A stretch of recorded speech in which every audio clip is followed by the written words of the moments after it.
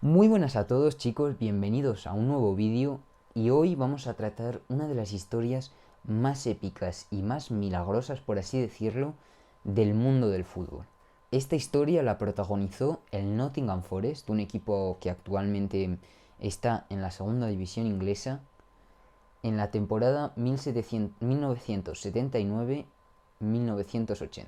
Así que vamos allá.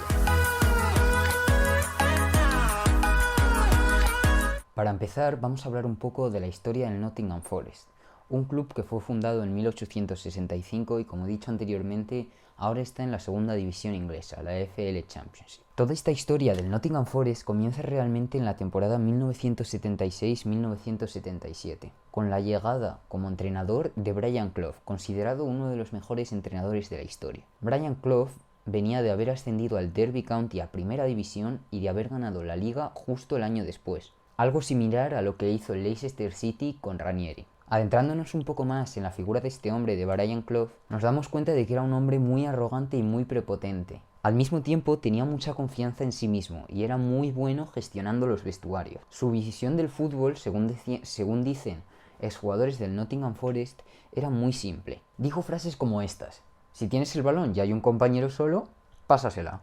Si tienes el balón y tienes una opción de disparar, dispara.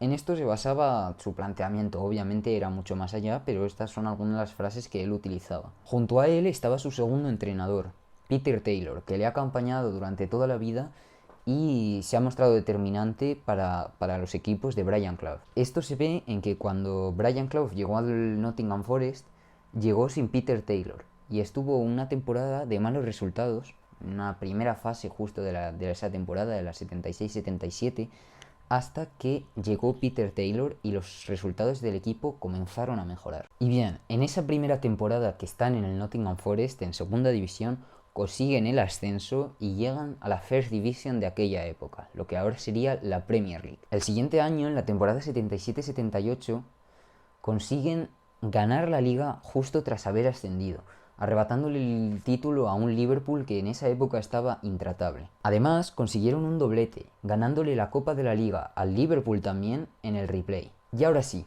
llegamos a la temporada que nos incumbe, a la temporada mágica, a esa temporada histórica del Nottingham Forest, la temporada 78-79. En aquella época solo lograban clasificarse para la Copa de En aquella época solo se clasificaban para la Copa de Europa los que quedaban primeros en la liga la temporada anterior, y por ello el Nottingham Forest, al haber ganado la liga, se había clasificado. En esta copa le tocó su primer partido en 32avos de final contra uno de los favoritos para ganarla. Y sí, le tocó contra el Liverpool. El destino quiso que le tocase con el rival con el que se había enfrentado en la liga y al que le había ganado la liga. Y el Liverpool era uno de los favoritos. Además, los jugadores del Nottingham, como cuentan en sus anécdotas, estaban muy entusiasmados por viajar por toda Europa, ya que nunca habían sido un equipo que jugase torneos internacionales y nunca habían podido hacerlo.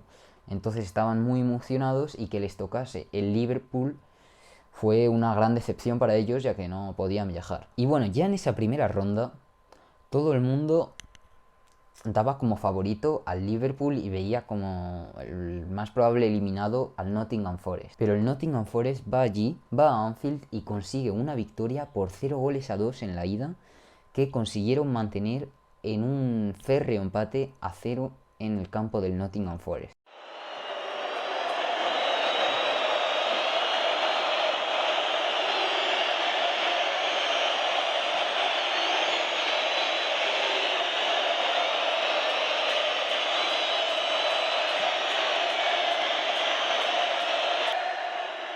Y con esto dieron la primera campanada de las muchas que vendrían y consiguieron clasificarse a los 16avos de final. Aquí sí tuvieron más suerte y les tocó a priori un equipo más asequible, que además les permitiría viajar por Europa. Este fue el AEK Athens. El primer partido es fuera, es en Grecia. Y los jugadores del Nottingham Forest consiguen una victoria por 1-2. En la vuelta, en el campo del Nottingham, dan una exhibición futbolística y ganan por 5-1 al equipo griego. A partir de ahí se empezó a ver al Nottingham Forest como un posible candidato para ganar esa Copa de Europa, aunque todavía realmente estaban muy lejos, pero ya habían derrotado a uno de los favoritos, el Liverpool, y acababan de derrotar al equipo griego. En cuartos de final les toca contra el Grasshopper suizo, equipo que había derrotado a otro de los más probables candidatos a ganar esta Copa de Europa, el Real Madrid. En la ida juegan en el estadio del Nottingham Forest, el City Ground, y tras empezar perdiendo con un gol del Grasshopper, consiguen empatar a pocos minutos del final, darle la vuelta a la eliminatoria marcando otro gol y sorprendentemente marcan 2 goles más en casi los minutos de descuento, por lo que consiguen una victoria de 4-1, lo que les deja una vuelta mucho más tranquila.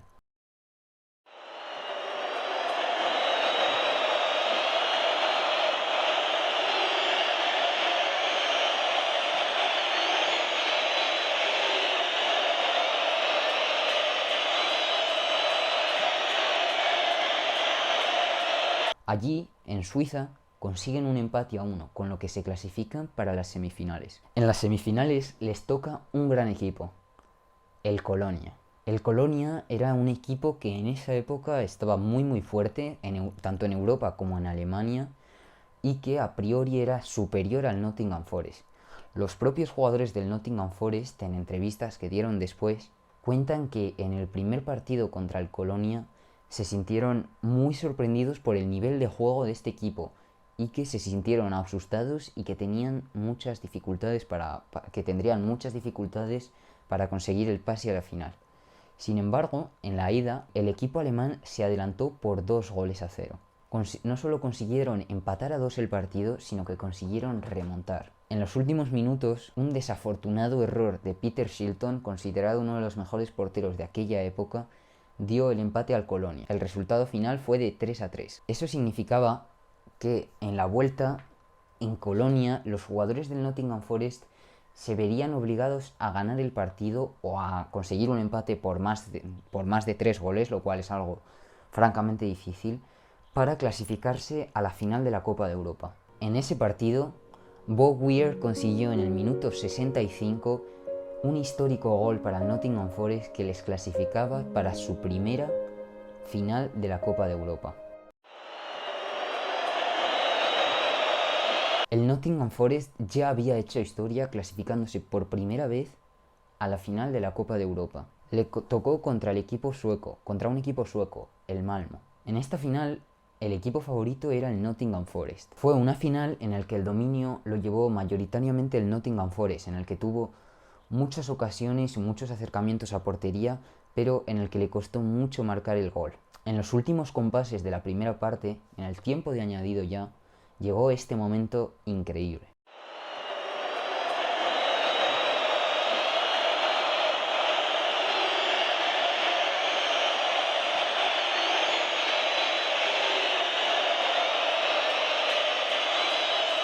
El jugador Trevor Francis, que había llegado a mitad de temporada como el fichaje más caro de la historia del fútbol inglés por 1 millón de libras, marcó el gol definitivo en aquella final. Como veis, lo marcó de cabeza y fue un gol un poco reivindicatorio que le sirvió para demostrar que ese 1 millón de libras habían sido una buena inversión, ya que marcó el gol que le dio la Copa de Europa al equipo. Trevor Francis dice después en una entrevista que había sentido mucha presión por esa cantidad pagada durante los meses anteriores y que es el momento en el que marca ese gol fue uno de los mejores momentos de su vida. Aparte de toda la travesía épica que tuvo que recorrer el Nottingham Forest para pasar de la temporada 76-77 en segunda división a la 78-79 consiguiendo una Copa de Europa, esto tiene mucho mérito porque la gran mayoría del equipo